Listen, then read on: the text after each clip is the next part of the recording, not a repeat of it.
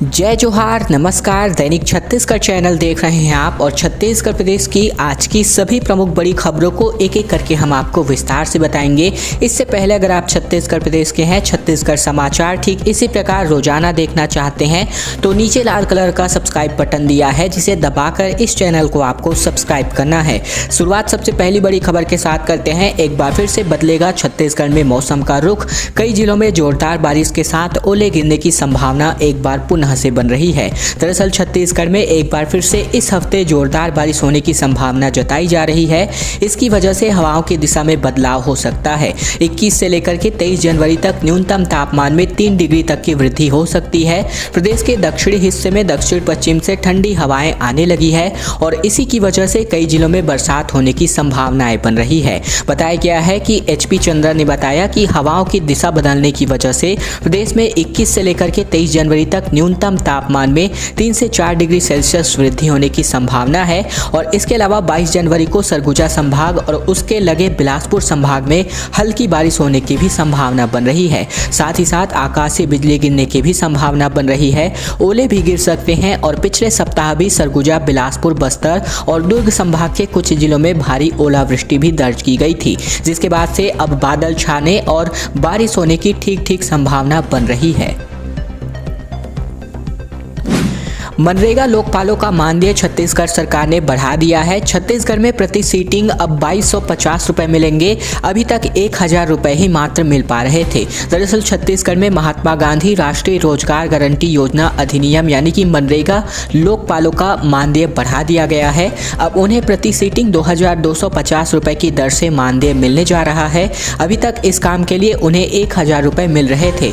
मनरेगा के तहत शिकायतों की जाँच और सुनवाई के लिए लोकपाल की व्यवस्था है। प्रदेश में ऐसे 19 लोकपाल नियुक्त किए गए हैं। इन सभी के पास 28 जिलों का प्रभार है और इनका मानदेय शिकायतों की सुनवाई के लिए बैठने के दिन के हिसाब से तय किया जाता है।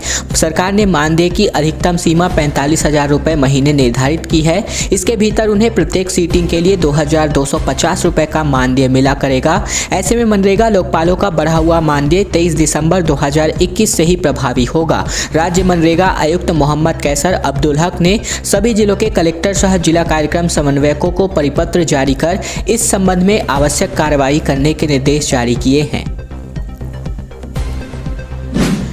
और अब छत्तीसगढ़ में कोरोना के लाइव अपडेट की बात करें तो बीते 24 घंटे में ताबड़तोड़ 15 मौतें रिकॉर्ड की गई है और सिर्फ रायपुर में ही बात करें तो 5 जानें चली गई हैं। और ऐसे ही बीते 24 घंटे की बात करें तो 5649 नए पॉजिटिव मरीज मिले हैं। दरअसल छत्तीसगढ़ में बीते 24 घंटे के अंदर कोरोना से 15 मौतें हुई हैं। यह पिछले 3 महीनों में एक दिन का सर्वाधिक आंकड़ा है। इससे पहले 5 लोगों की जान सिर्फ रायपुर में गई है। रायपुर में ही प्रदेश के सर्वाधिक मरीज मिले हैं और इनकी संख्या 1442 रही है। पूरे प्रदेश की बात करें तो 5649 नए संक्रमित मरीज मिले हैं।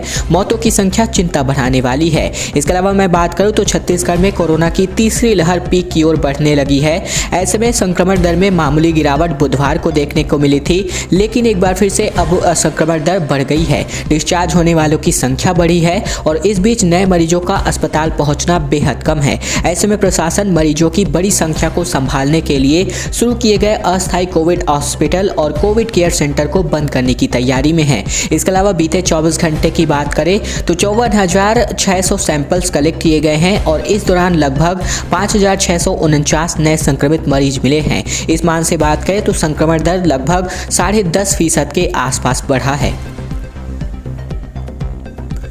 छत्तीसगढ़ में पंचायत चुनाव संपन्न हो चला है। मतदान पूरी तरीके से खत्म हुआ। 1228 उम्मीदवारों को अब रिजल्ट का इंतजार है। सबसे ज्यादा दुर्ग और सबसे कम बीजापुर में वोटिंग की गई है। दरअसल छत्तीसगढ़ में त्रिस्तरीय पंचायत के आम और उपचुनाव के लिए गुरुवार सुबह 7 बजे से शुरू हुआ मतदान खत्म हुआ। अभी तक बात करें तो लाइन में प्रतीक्षा कर रहे लोग भी अपने वोट डाल चुके थे। अगर मैं बात करूं शाम 4 बजे तक मिले आंकड़ों के मुताबिक सबसे ज्यादा वोट दुर्ग और सबसे कम बीजापुर में पड़े हैं। इसके साथ ही पंच सरपंच और जनपद पंचायत जिला पंचायत सदस्य के 510 पदों के लिए 1288 उम्मीदवारों की किस्मत अब बैलेट बॉक्स में कैद हो गई है। कुछ ही देर में इसके नतीजे होने शुरू हो गए थे।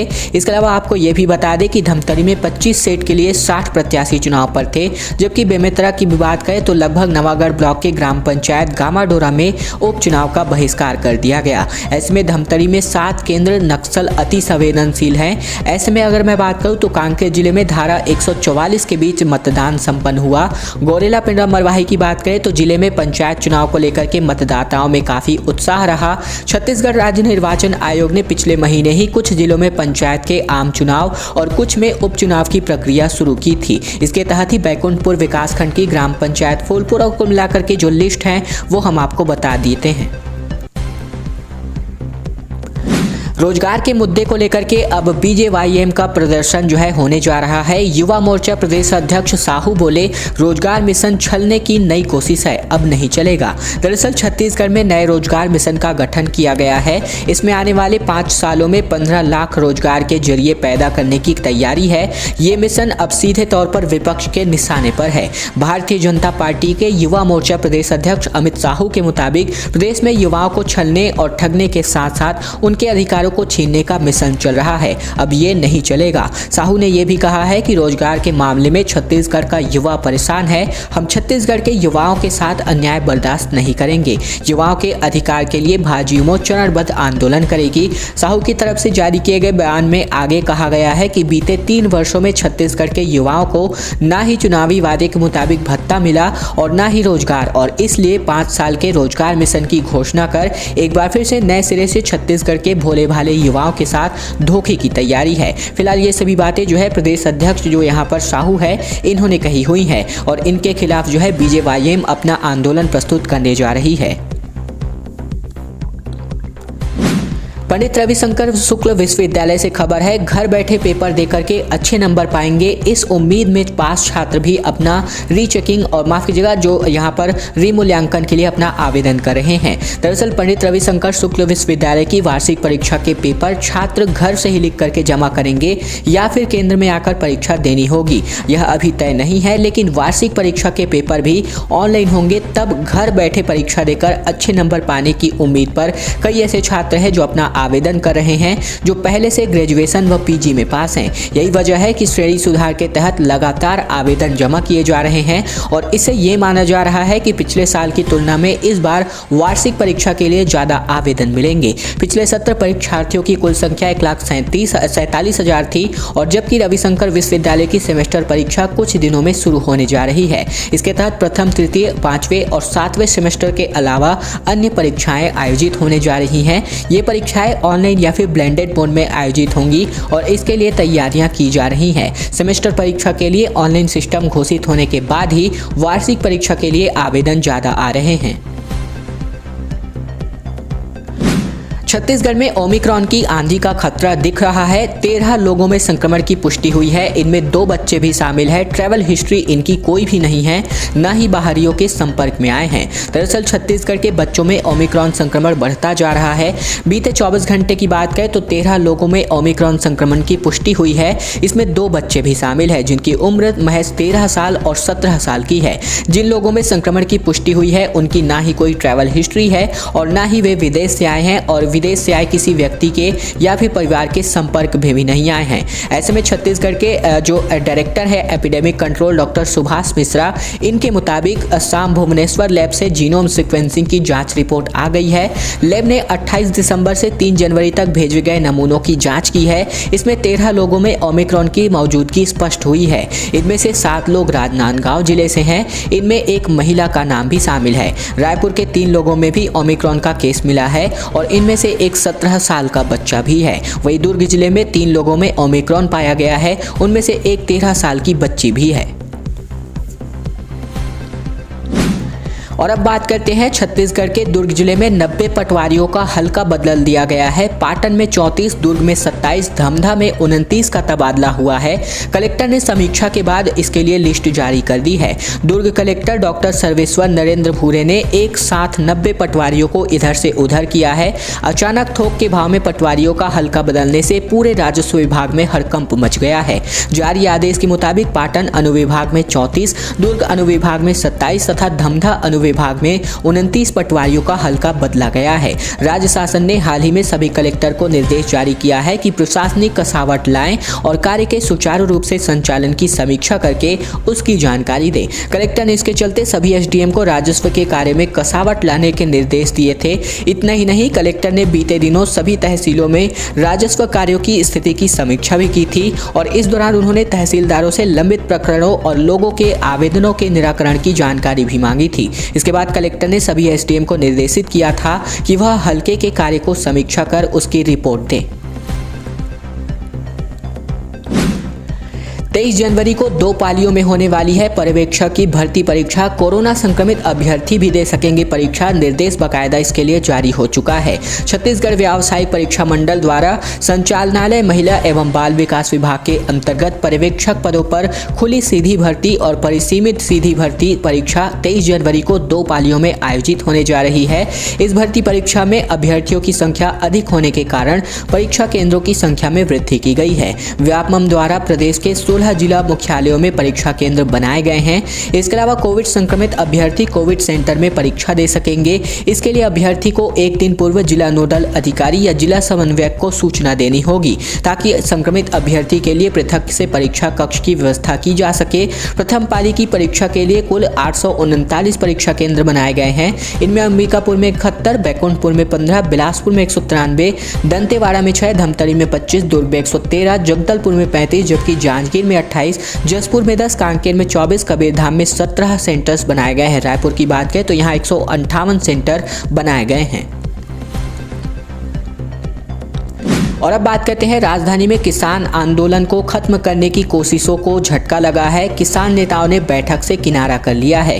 दरअसल छत्तीसगढ़ की राजधानी रायपुर में दिल्ली की तर्ज पर किसानों का आंदोलन जारी है। नवा रायपुर प्रभावित किसान संघ के बैनर तले हजारों किसान कड़कड़ाती ठंड व बारिश के बीच 12 दिनों से नवा रायपुर में अपना आंदोलन कर रहे हैं। किसानों का कहना है कि जब तक उनकी मांगे पूरी नहीं हो जाती वे अपना प्रदर्शन बंद नहीं करेंगे और ना ही हटेंगे।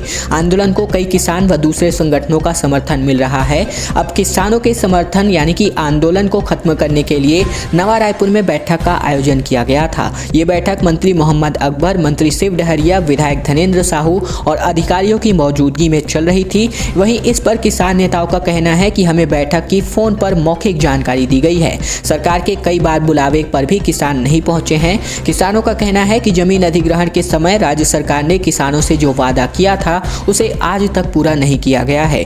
इधर सरकार से वार्ता विफल हो जाने के बाद किसानों का आंदोलन नवा रायपुर में जारी है। प्रभावित 27 गांवों की महिलाएं, बच्चे, बुजुर्ग, युवा इस सभी इस आंदोलन में शामिल हो रहे हैं। शराब दुकान को हटाने के लेकर के नेशनल हाईवे जाम करना पड़ गया महंगा। पुलिस ने उखाड़ा तंबू और 50 से ज्यादा लोगों को किया है गिरफ्तार। दरअसल शराब दुकान को हटाने को लेकर नेशनल हाईवे जाम करना महंगा पड़ गया है। पुलिस ने टेंट उखाड़ करके जब्त कर लिया है और मामले में 50 से ज्यादा लोगों की गिरफ्तारी की गई है। बता दें कि नंदी विहार कॉलोनी में महिलाएं और भाजपा कार्यकर्ता संयुक्त रूप से बीते 20 दिनों में शराब दुकान हटाने को लेकर के हड़ताल कर रहे हैं। कार्यकर्ताओं ने नेशनल हाईवे 30 को जाम कर दिया और का जाम किया।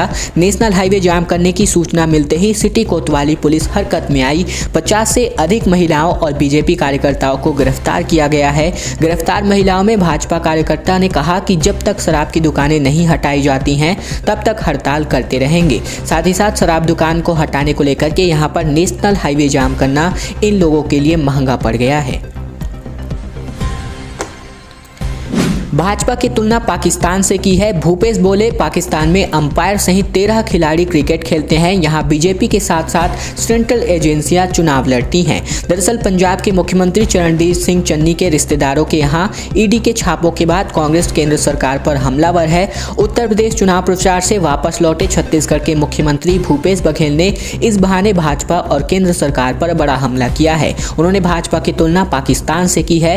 रायपुर हवाई अड्डे पर पत्रकारों से चर्चा करते हुए मुख्यमंत्री भूपेश बघेल ने कहा, जहां जहां चुनाव होते हैं वहां वहां विपक्ष के यहां रेड पड़ती है ताकि लोगों को डराया जा सके, धमकाया जा सके। उन्होंने पूछा कि क्यों उत्तर प्रदेश के योगी के रिश्तेदारों के यहाँ छापा नहीं पड़ा, क्यों उत्तराखंड और गोवा में वहां के मुख्यमंत्रियों के रिश्तेदारों के यहाँ छापा नहीं पड़ा, क्यों यह विपक्षी दल वाले राज्यों में छापा पड़ता है। मतलब जहां इलेक्शन है वहां सेंट्रल एजेंसियां पूरी लग जाती हैं। ये सभी बातें मुख्यमंत्री ने रायपुर हवाई अड्डे पर पत्रकारों से बातचीत के दौरान कही हैं। दोस्तों, आज की खबरों का सिलसिला बस ये तक का था।